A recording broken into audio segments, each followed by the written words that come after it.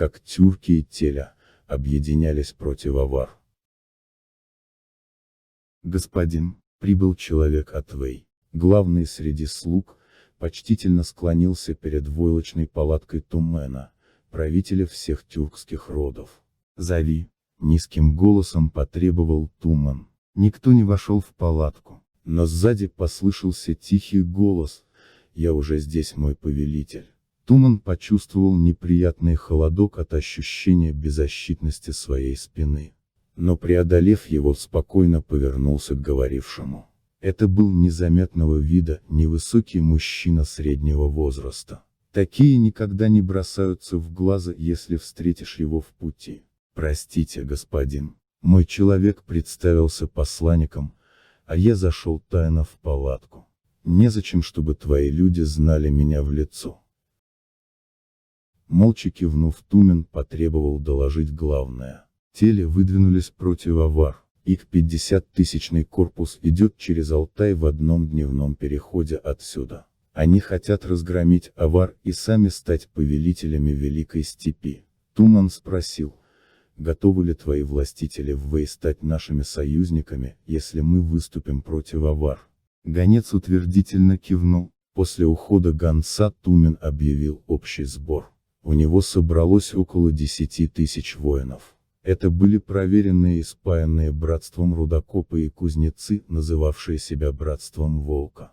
Каждый из них стоил 2, а то и 3 воинов, превосходя остальные тюркские роды силой и умением владеть оружием. Все они были отлично вооружены и защищены великолепной броней, которую сами исковали. Но они не имели боевого опыта.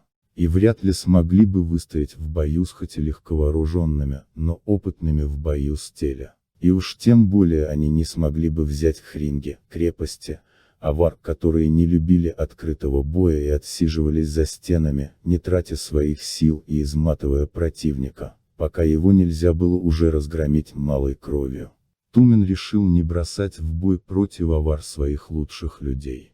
Он понимал, что хитрые вейцы решили поставить ставку сразу на 2 племени, теля и тюрков.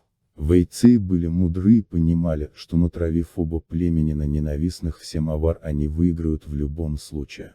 И тюрки и теля захотят первыми разгромить авар и бросят все свои силы.